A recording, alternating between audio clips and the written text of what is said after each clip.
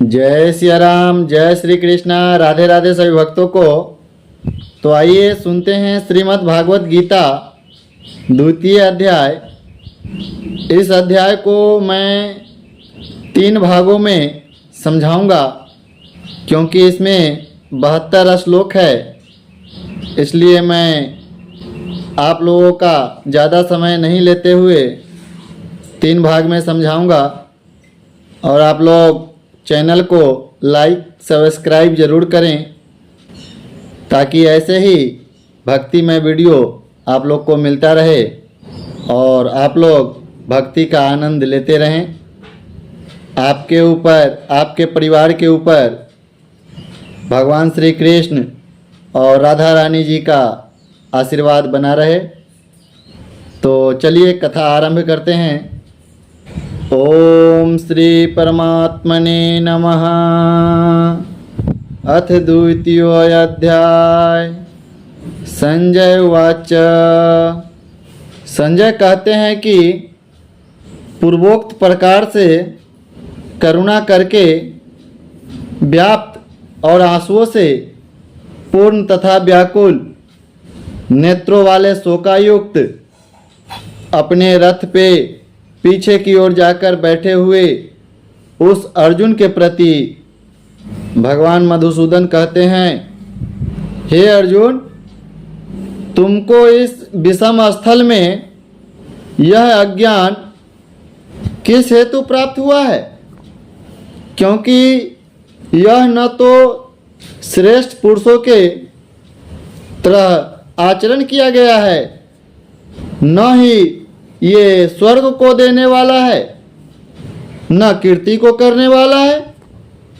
इसलिए हे अर्जुन, नपुंसकता को न प्राप्त हो, यह तेरे योग्य नहीं है। हे परम तप, तुच्छ हृदय की दुर्बलता को त्याग कर युद्ध के लिए खड़ा हो। तब अर्जुन कहते हैं, हे मधुसूदन, मैं रणभूमि में भीष्म पितामह और द्रोणाचार्य के प्रति किस प्रकार बाणों से युद्ध करूंगा?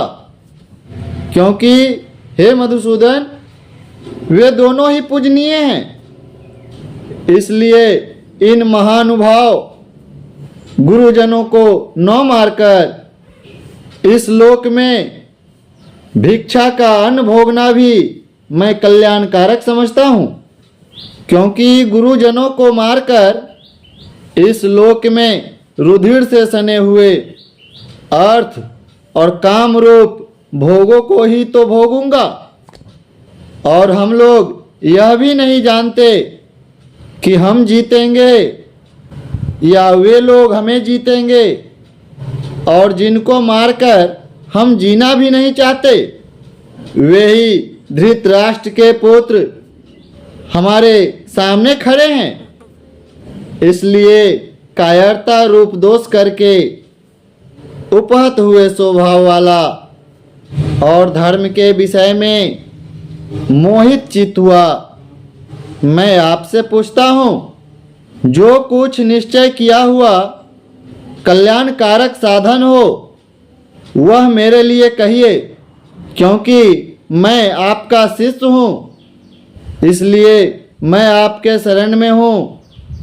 आप मुझे शिक्षा दीजिए, क्योंकि भूमि में निष्कंटक धन्य धान्य संपन्न राज्य को और देवताओं के स्वामी पने को प्राप्त होकर के भी मैं उस उपाय को नहीं देखता हूँ जो कि मेरी इंद्रियों को सुखाने वाले शोक को दूर कर सके। फिर संजय कहते हैं, हे राजन, निंद्रा को जीतने वाले अर्जुन और अंतर्यामी श्री कृष्ण महाराज के प्रति इस प्रकार कहकर फिर गोविंद भगवान से युद्ध नहीं करूंगा, ऐसे स्पष्ट शब्द कहकर अर्जुन चुप हो गए।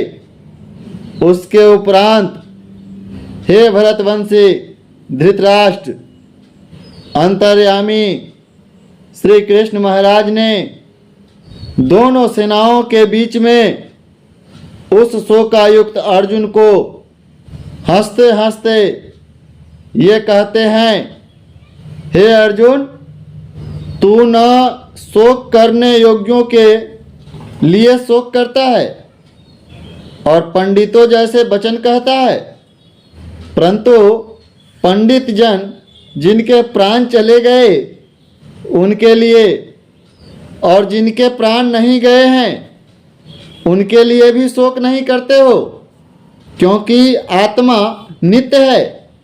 इसलिए हे अर्जुन, शोक करना अयुक्त है। वास्तव में न तो ऐसा ही है कि मैं किसी काल में नहीं था, अथवा तुम नहीं थे, अथवा ये राजा लोग नहीं थे, और न ऐसा ही है कि इससे आगे हम लोग नहीं रहेंगे, किंतु जैसे जीवात्मा की इस देह में कुमार, युवा और वृद्धावस्था होती है, वैसे ही अन्य शरीर की प्राप्ति होती है। उस विषय में धीर पुरुष नहीं मोहित होता है। अर्थात जैसे कुमार, युवा और जरावस्था रूप स्थूल शरीर का विकार अज्ञान से आत्मा में भासता है, वैसे ही एक शरीर से दूसरे शरीर को प्राप्त होना रूप ये सूक्ष्म शरीर का विकार भी अज्ञान से आत्मा में भासता है। इसलिए तत्व को जानने वाला धीर पुरुष इस विषय में मोहित नहीं होता है। हे कुंती पुत्र अर्जुन, सर्दी गर्मी और सुख दुख को देने वाले इंद्रिय और विषयों के संयोग तो क्षणभंगुर और अनित्य है।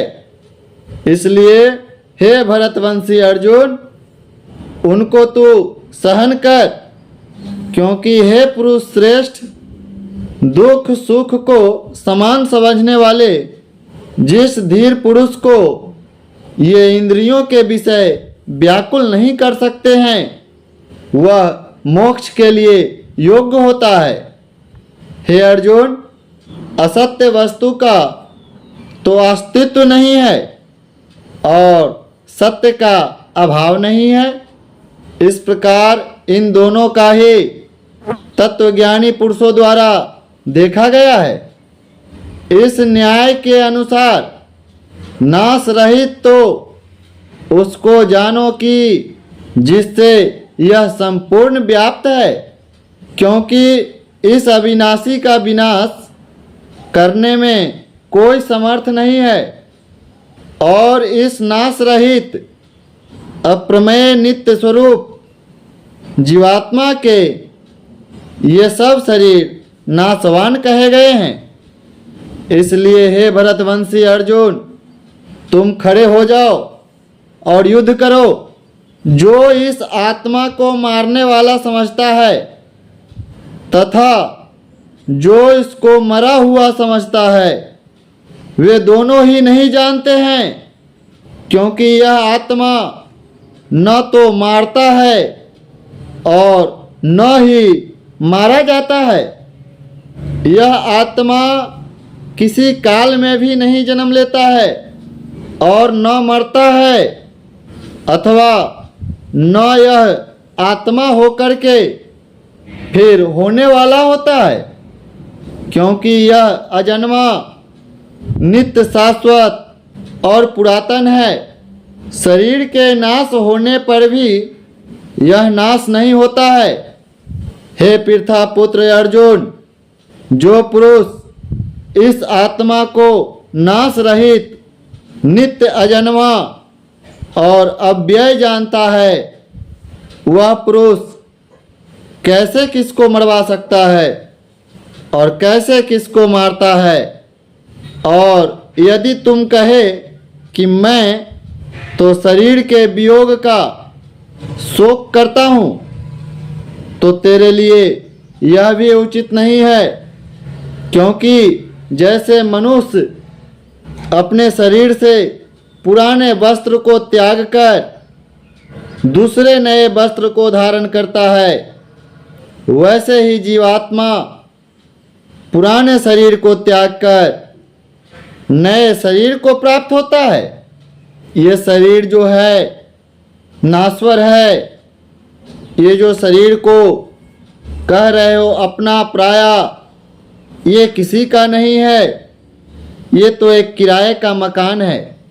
हे अर्जुन, इस आत्मा को शस्त्र आदि नहीं काट सकते हैं और न ही इसको अग्नि जला सकती है और इसको जल गला नहीं सकती है और न ही वायु सुखा सकती है, क्योंकि यह आत्मा अच्छेद है। तो चलिए मिलते हैं अगली वीडियो में। आप लोगों को द्वितीय अध्याय 23वां श्लोक तक समझा दिया इस वीडियो में, और अब कल की वीडियो में सुनाएंगे। तो जय सिया राम, जय श्री कृष्णा, राधे राधे।